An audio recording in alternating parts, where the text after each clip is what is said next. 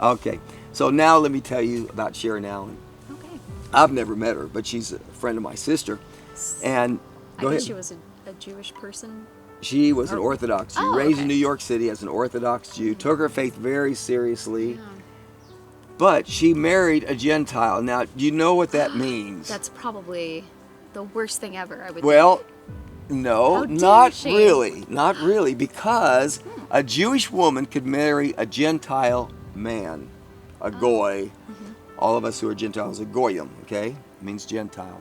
And all of us who are male could have a Jewish wife and have children who are Jewish. Okay. Because Judaism says that it's the mother that determines what the kids are. So Oh, I see. if you were Jewish Okay. and our good-looking cameraman, Adam, if you all had several children, every one of them would be Jewish. But Wait. if you were, So who determines this? this is just the way it works. This is the Okay. law in Israel. This is Oh, the I way it see. works. And so, but if you were Gentile and he was Jewish, none of your children would be Jewish. So I met a Not even rabbi. half? Pardon me? Not even half? No, not half Jewish. No, they're just not Jewish. They're just okay. Yeah. And so I met a rabbi at the Western Wall one time. We were visiting, and I asked a question about that, and he gave me an example of a famous Jewish man from Hollywood, a movie maker, who married a Gentile woman, and he said he's causing his own Holocaust. He's destroying the Jewish people. He felt very strongly my about this. goodness. So they feel strongly one way, but Wow. not necessarily the other. Sharon Allen married a Gentile. Okay. Now, was he Christian? I would say the Or a answer to believer. that question is no. Okay. And after they married, she wanted to be very involved in the Jewish movement and continue her Judaism. And so they helped set up a Chabad Center in Irvine, California. And Chabad centers are where you're trying to get Jews to really appreciate their Judaism, even the atheist Jew. Learn your culture, learn your background, learn more about Judaism. And so these centers were set up by college campuses all over. Anyway, he participated. They helped build the center. Wow. And he went regularly to all their Jewish events and services and so forth. And then one day she said to him, "You know, you've been practicing Judaism for years. You really ought to convert." He said, "Yeah, that'd be fine. I wouldn't mind. That'd be fine." And then she revealed something he did not know. Now, in order to convert, because you don't really have a Christian background, but you have a little bit of a Christian background, you have to curse Jesus as part of converting. Are you serious? I'm serious. Oh my gosh, that's horrible. That's required for any Christian who converts to Judaism. Wow. That's a requirement. And he said, Well, I guess with that being said, does that mean that the Orthodox Jews usually curse Jesus as well?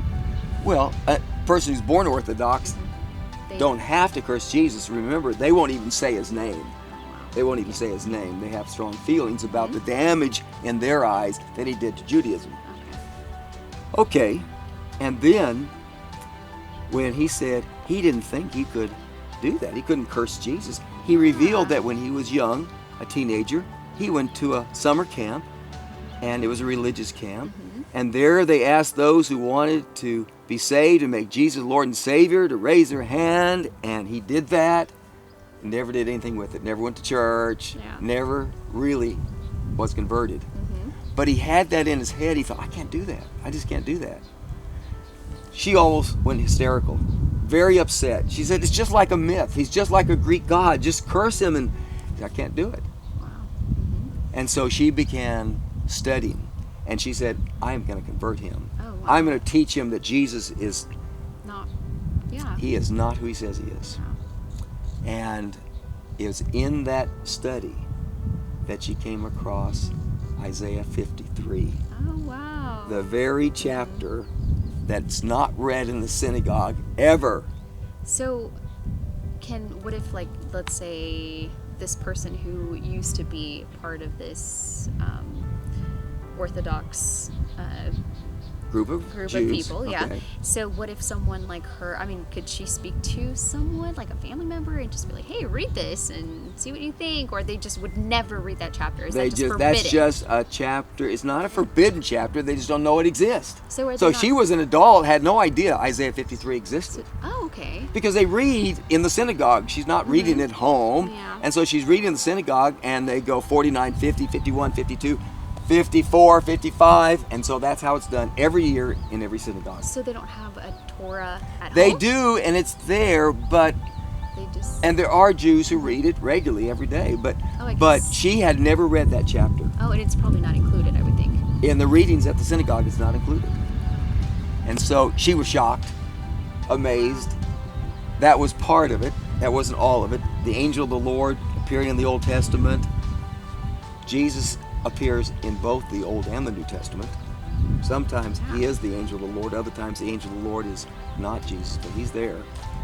And those things convinced her that the Messiah, that she prayed for every day, that he would come again.